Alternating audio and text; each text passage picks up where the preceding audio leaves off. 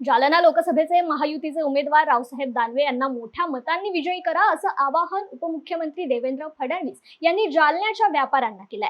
जालन्यात काल उपमुख्यमंत्री देवेंद्र फडणवीस यांच्या प्रमुख उपस्थितीत व्यापारी परिसंवाद बैठक संपन्न झाली। यावेळी बैठकीस उपस्थितांना मार्गदर्शन करताना फडणवीस बोलत होते। रावसाहेब दानवे आमचे प्रतिनिधी नसून तुमचे प्रतिनिधी आहेत, ते तुमच्या सोबत खांद्याला खांदा लावून उभे राहते, त्यामुळे रावसाहेब दानवे यांना विजय करा असं म्हणत तुम्ही रावसाहेब दानवेंना मत दिलं की नरेंद्र मोदींना ते आपोआप मिळतं असं फडणवीस म्हणाले। यावेळी जालन्याचे पालकमंत्री अतुल सावे, शिवसेना नेते अर्जुन खोतकर, भाजपा आमदार नारायण कुचे यांच्यासह जालन्याचे व्यापारी मोठ्या संख्येने उपस्थित होते। इसलिए मैं आपसे ये निवेदन करने आया हूँ, आज व्यापार के लिए, उद्योग के लिए असीमित संभावनाएं मोदी जी के माध्यम से तैयार हो रही है और एक वैश्विक इस प्रकार की लीडरशिप आज हमें मिली है।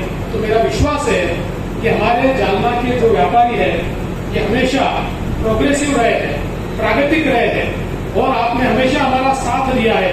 इस बार भी राव साहब दानवे जी जैसा एक आपका मजबूत प्रतिनिधि, राव साहब दानवे हमारे प्रतिनिधि नहीं है, वो आपके प्रतिनिधि है, क्योंकि हमेशा आपके कंधे से कंधा मिलाकर राव साहब दानवे जी आपके साथ में रहे हैं। तो राव साहब दानवे जी को वोट देना, इसमें राव साहब को तो वोट मिलता ही है, पर साथ साथ आपका वोट मोदी जी को भी मिलता है, यानी एक पर एक फ्री है।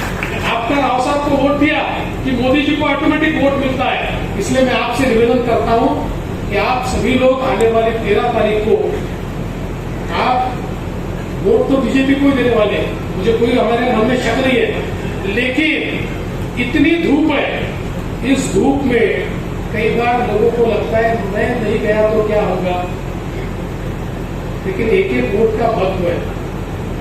कल प्रधानमंत्री जी थे तो मुझे पूछ रहे थे प्रधानमंत्री जी कि अरे भाई महाराष्ट्र में वोटिंग कम क्यों दिख रहा है। मैंने उनको कहा कि पिछले बार जितने वोटिंग है, लेकिन उन्होंने कहा उससे ज्यादा वोटिंग होना चाहिए।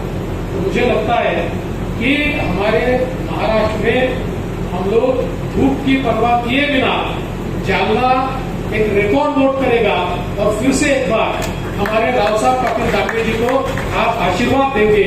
इसी अपेक्षा के साथ मैं अपने शब्दों को विराम देता हूं। धन्यवाद। जय हिंद, जय महाराष्ट्र।